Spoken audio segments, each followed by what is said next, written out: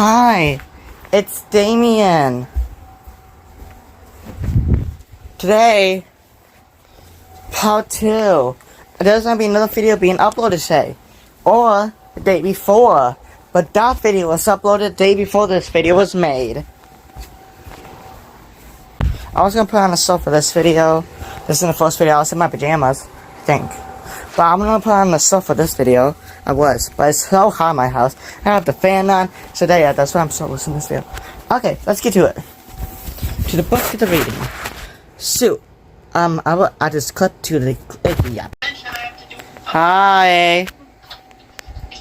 I will turn. Why don't you open them windows? Oh yeah. It's hot. Chapter 4. My hand trembled. I gripped the card tightly, read it to Chris. For real thrills and chills, you will find your future at Chiller House. Souvenirs and gifts. Chris and I burst out laughing. It's a crummy ad, I cried. What about that woman who said she was Madame Doom? Chris asked. All phony, right? Do you think she works for the souvenir shop? Maybe, I said, but I can't stop thinking about that doll. It looked just like me, and it had my clothes on. I shuddered. What do you think that was about? And then I saw the souvenir store across from us. A sign over the door read, Chiller House. We have to go check it out, Chris declared. I took one last glance at Madame Doom. The wooden mannequin stared straight ahead, eyes blank and lifeless. We have to go check it out, Chris declared. I took one last glance at Madame Doom. The wooden mannequin stared straight ahead, eyes blank and lifeless. Chris and I pushed our way through the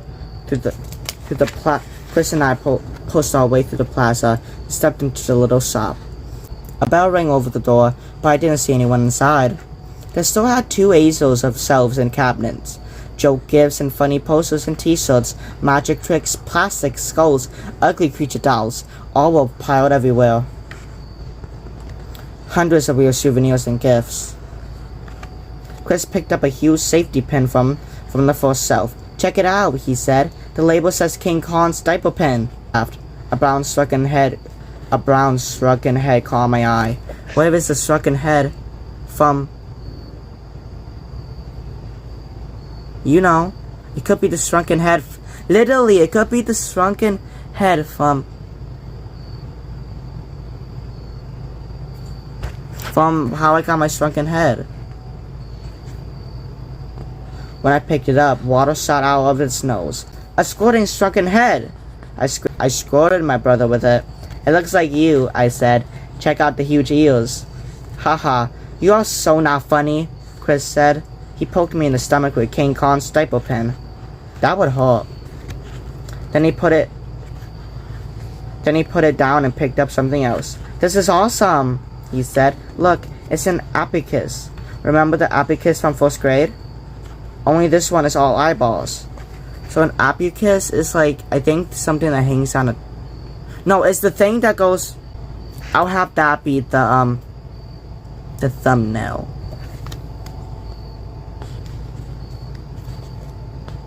Very cute, I said. Do you like the eyeballs? Do you like the abacus? A man's voice interrupted. An abacus, I love that name. We turned to see that a man had appeared at the front counter. He was big and balding. He had old-fashioned square-eyed glasses perched on the end of his nose. He wore a heavy-looking brown suit with a vest, a high-colored white shirt, and a bow tie. He looked a lot like the drawings of Benjamin Franklin in my history book. I am Jonathan Chiller, he said, and this is my shop. When he smiled, a gold tooth gleamed in the side of his mouth. Cool store, Chris said. Where do you find all this stuff? From all over the universe, Chiller replied. I picked up a stuffed 2-headed monkey. Gross. I tossed it to Chris. He likes sick stuff like that. Look around, Chiller said. I'm sure you will find a good souvenir. I pulled a strange doll down from the top shelf. It was about a foot tall, green like a grasshopper, but with a fat body and a funny froggy face. I squeezed his smooth belly. It was made of some kind of soft rubber. When I squeezed it, the big froggy eyes popped straight out. I laughed. What is this weird creature? I asked Chilla. He came over and took it from my hand. It's called a Floyd, he said. I laughed again. Yes, it definitely looks like a Floyd, I joked. It's the only one I've ever seen, Chilla said. Maybe the only one on Earth. Yeah, so I thought. He handed it back to me. I squeezed his belly and the eyes popped out. I squeezed his belly and the eyes popped again. I turned it over. He had a funny stub of a tail on its behind and... Sorry, hold on. It had a funny stub of a tail on its behind and rubbery little bunny feet that bent back and forth. Cute. I collect dolls, I told Jonathan Chilla. Antique dolls. Not funny ones like this, but it's so cute looking. I think I'll buy it. Remember when I said 15 minutes? Or 10 minutes? Maybe it's just like, that's actually will make you want to see the next one. That's not so early in the part or book. Because the books have a lot of cliffhangers, and I'm gonna try to find the perfect one that's just like, now I think about it, they have a lot of cliffhangers. Just find the perfect one in the part, and then go on in the part. Yeah. Chilla's gold tooth gleamed as he smiled. Good choice, he said softly. He led the way to the front counter. He placed the Floyd on its back in a long box. Then he wrapped the box with silver and black paper. He tied a black ribbon around the package. Then he pulled a little doll from a drawer. It was a tiny green and purple horror, like the pulp guides. Horror. Chilla attached the little doll to the ribbon. He smiled at me again. Take a little horror home with you, he said. Take a little horror home with you, he said. He handed me the box. I reached into my backpack for my money. How much do I owe you? He asked. Chilla waved me away. Don't pay me now, he said. You can pay me back the next time you see me. Next time? What did he mean by that?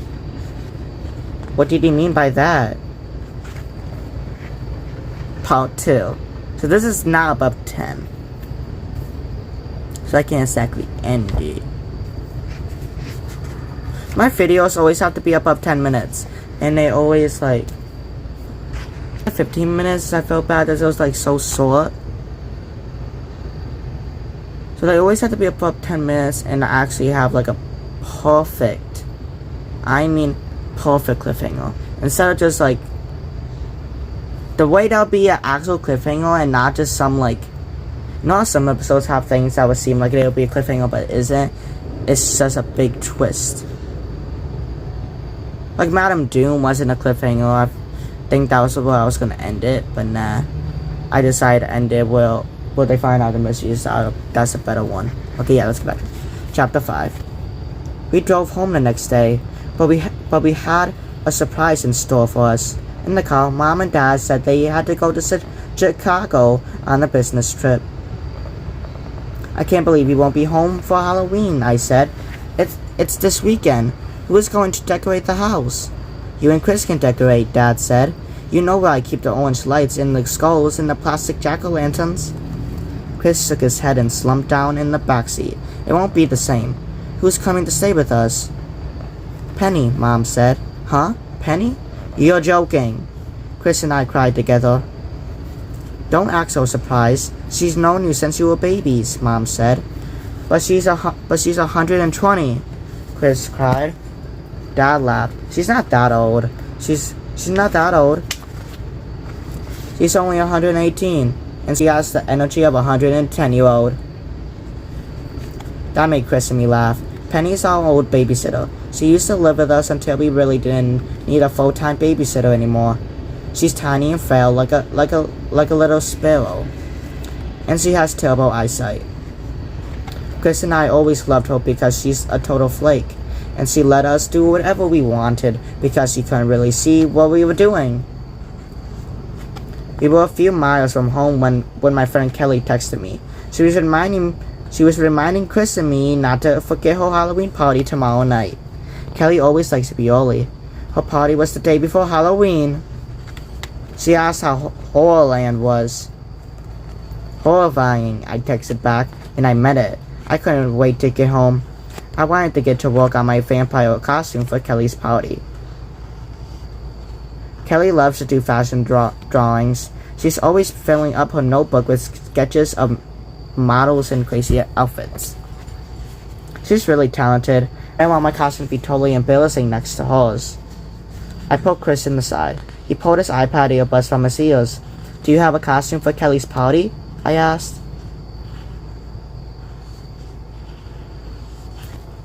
He snickered. I bought these pointy ears. I'm going to put them on and go as Falcon from Star Trek. That's totally dumb, I said. I know, he replied. He shoved the earbuds back into his ears. His head bobbed up and down to the music. You look like a bobblehead doll, I said. He didn't hear me. At home, I unpacked quickly. Why am I stuttering? Okay, now I have a drink, I probably won't be stuttering. Probably most of the stuttering will be cut out, but like a little bit will still be in. Because I've been stuttering a lot. At home, I unpacked quickly. I unwrapped the foil and gazed at it. It stared back at me with its big, black, rocky eyes. I squeezed his soft green belly. Where am I going to put you? I murmured. Sorry. My antique doll collection takes up nearly one whole wall in my room. I have some wonderful dolls from the I'm used to say 2022, and it says 1920s. Hold on. I have some wonderful dolls from the 1920s and 1930s. They have lifelike hair and old-fashioned styles and very sweet and pretty faces. My oldest doll is from the 1890s. I call her Elizabeth. She belonged to my great-great-grandmother. The doll has beautiful braided hair.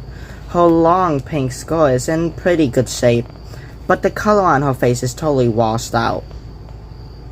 Where am I going to put you? I murmured. My antique doll collection takes up nearly one whole wall in my room. I have some wonderful dolls from the 1920s and the 1930s. They have lifelike hair and old-fashioned styles and very sweet and pretty faces. My oldest doll is from the 1890s, sorry. I call her Elizabeth. She belonged to my great-great-grandmother. Elizabeth the doll. The doll has beautiful blonde braided hair. Her long pink skirt is in pretty good shape, but the color on her face is totally washed out. I don't care. Elizabeth is my favorite doll, mainly because she's been in our family for so long.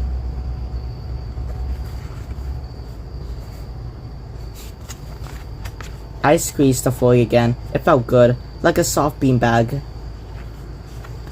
Then I placed it in the center of my desk. I picked up the little horror that Jonathan Chiller had attached to the wrapping, and I placed it next to the foil. I had to laugh. The foil looked so ugly compared to all my beautiful old dolls. I just couldn't put them near each other. I had no way of knowing that the funny-looking thing would save my life. Spoiler alert, it does. Chapter 6! My parents left the next morning. Penny arrived with Chris and I got home from school that afternoon. Imagine she's like, oh, hi kids!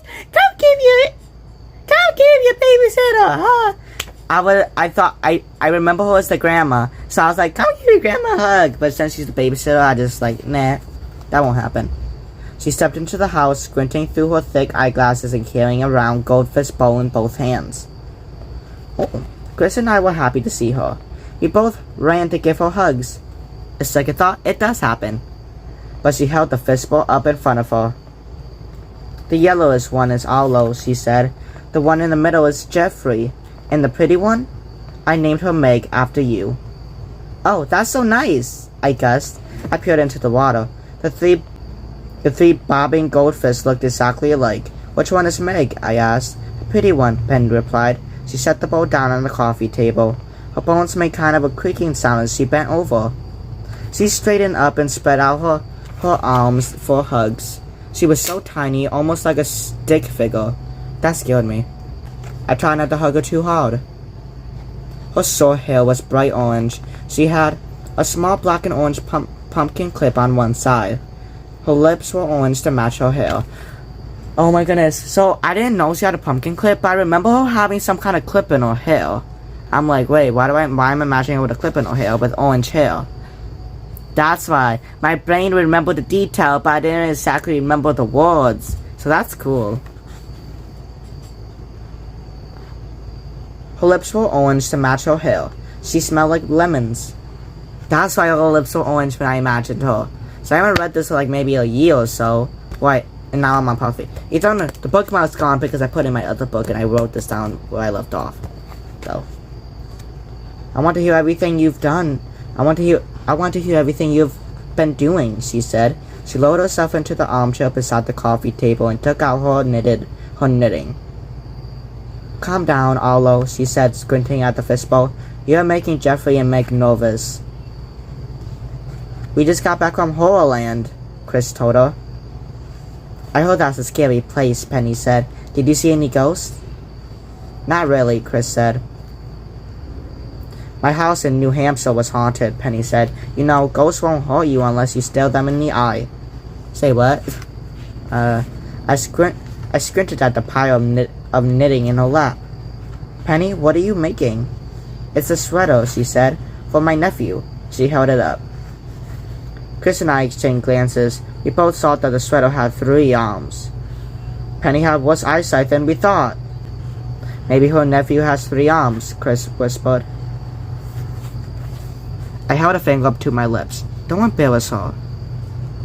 My fish like Halloween, Penny said. I give them special treats. Sweet, I said. I told her about the Halloween party at Kelly's house. Don't stay out too late, Penny said. I go to bed at 7:30. But I'll leave all the lights on. After this, at 7:30, we said goodnight to Penny. Then we headed outside to walk to Kelly's house. Good night, Penny. It didn't say that actually. I was just acting. I stopped on the front walk and did a slow trill. My cape swirled around me. Well, I gave Chris a shove. He didn't say anything about my costume. What do you think? Awesome, he says. He barely looked at it. What are you supposed to be? A chimp? A gypsy? No, you idiot. I shoved him away. See the fangs? The black lipstick? I'm a vampire. I spent hours on this costume. Look, I even dyed my hair black. Meg, you look much better as a vampire, he said, grinning. Are you going to bite something? Are you going to bite someone's neck? It's funny for me. There's a fact I messed that up and it's a simple sentence. I rolled my eyes. Haha. I walked faster, trying to get away from him. I know whose neck you're going to bite, Chris said, jogging to catch up to me. Justin Goldberg. You're going to bite his neck, aren't you, Meg? Yeah. I spun around angrily. Have you totally lost your mind? No way I'd bite Justin Goldberg's neck. You would, Chris said, but not in a vampire way he's talking about. I'm smiling because I want you guys to think. Pause the video and just think about it. If you're around like 13 or near my age, you will probably know. Oh, if someone told you. Anyways, because he's your boy. Wait, no way I'd bite Justin Goldberg's neck. You would, Chris insisted, because he's your boyfriend. You love to turn him into your vampire slave. I let out a cry. I tried to shove Chris, but he danced out of the way. Someone should lock you up, I said. You're totally whacked or something. I made a grab for his pointy ears. I wanted to rip them off and throw them into the street, but my arms got tangled in my cape, and I had to stop and untangle myself. Hope you understand me. I shivered. It was a cold night for October. The ground was crunchy and hard from the frost. A thin sliver of a moon, like a finger. I forgot what fingernail was spelled. I'm sorry. A thin sliver of the moon, like a fingernail clipping, hung low in the black sky. I don't even like Justin Goldberg. I don't even like Justin Goldberg, I shouted. Chris was dancing on the sidewalk, walking backward up ahead of me. So don't make up stuff about him. So don't make up stuff about me. He started to laugh, but then his eyes went wide and he stopped dancing. Meg, he cried in a soft whisper. He pointed to the hedges beside the walk. I trotted up to him and followed his gaze. I see it, I whispered. We were both staring at something in the hedge. It was alive, something caught in the brambles, squirming frantically.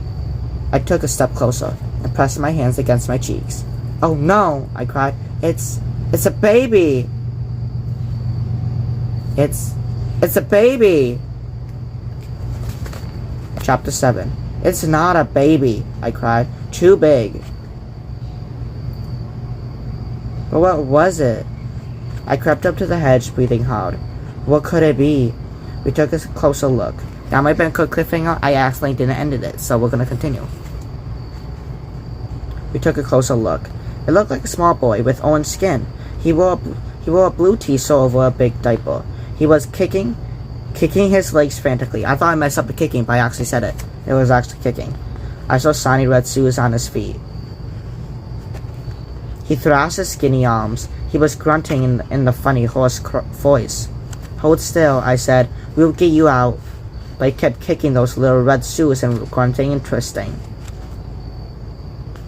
I reached both hands into the hedge and wrapped them around his middle. Then I gave a hard tug and he popped right out. I uttered a startled cry. I couldn't believe how light he was. Like he weighed about 10 pounds. I was so surprised I nearly dropped him. But I managed to set him down on his red shoes. He kept making those grunting sounds and flapping his little arms like he was still stuck in the hedge. Chris and I stared at him. Was he a boy dressed as a baby? What a weird Halloween costume. A t-shirt and a diaper? That orange skin? I think I said with the exclamation point. What a weird Halloween costume. But wait, he had two slender antennae on top of his bald head, like snail antennae. Was he supposed to be an alien baby? A mutant? He finally stopped grunting. He raised his face to us. He had tiny black eyes. They looked like raisins. Are you okay? I asked. How did you get caught in that hedge? He didn't answer. Cool costume, Chris said. Did you buy it or did you make it? No answer. No answer. He gazed up at us with those little eyes. His mouth moved silently up and down. Do you live around here? I asked. I make Oliver. He's my brother Chris. We live in that house on the next block, I pointed. Well, we live in that house on the next block, I pointed. Are you hurt? Chris asked. The fact that you tell a stranger, even if it's a stranger kid, your last name. Here's Goosebumps, that's pretty much like, characters always tell their last name. Well, some of them do. It's their last name, it's their name. No, the boy finally spoke. He had a strange tinny voice. My feeling is okay. Chris and I glanced at each other. We were both thinking the same thing. Why did he have such a weird voice? It was like a cartoon character. Are you sure you're okay? I asked. He nodded. My feeling is okay. He hugged himself. He must have been freezing in that costume. How old are you? Chris asked. Many, the kid replied. He held up one hand. He had only 3 fingers. How did you do that? I asked. Is it a special glove? Are you dressed as an alien baby? Chris asked him. He tossed back his head and opened his mouth in a tiny laugh. Teeny laugh. He sounded a lot like SpongeBob. I love SpongeBob. A cool gust of wind made me shudder. I wrapped my black cape around me. You're putting us on, right? I said. You're doing that funny voice. You doing that funny voice? My feeling is funny, he replied. His smile was all crooked on his orange face. He laughed again, raising his eyes to the black sky. Do you go to our school? Chris asked. The kid stared back at him but didn't reply. We're going to be late, I told Chris. I promised Kelly I'd get there early. Yeah, well, awesome costume, Chris told the kid. Bye, I said. Stay out of the hedges. Chris and I turned and walked away. The wind was swirling around us. A cloud rolled over the tiny silver of the moon. In the sea, Chris and I started to trot. Kelly's house was the last one on the block across from Becker Woods. Becker Woods, an awful name. I knew my hair was a mess. Kelly had all the lights on. A huge, fiery jack-o'-lantern grinned at us on the front stoop. Chris and I leaped onto the stoop. A stoop, I think from where our Stein is from, a stoop is in front of the step. Or just a step, because, like, in British, a torch, if you hear someone call it a torch in our language, it's those things that make light. But a torch in British is a flashlight in our language.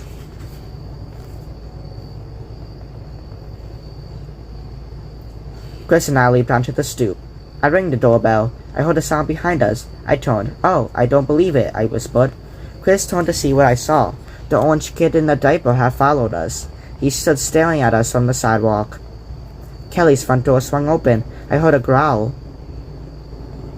I jumped to the side as Kelly's big dog came rolling out, barking ferociously. No! A scream burst from my throat as the dog lowered his head and leaped off the stoop. In the frenzy of growls and snappy teeth, he stood straight at the little kid. Uh-oh. That's a good ending to end there. Bye!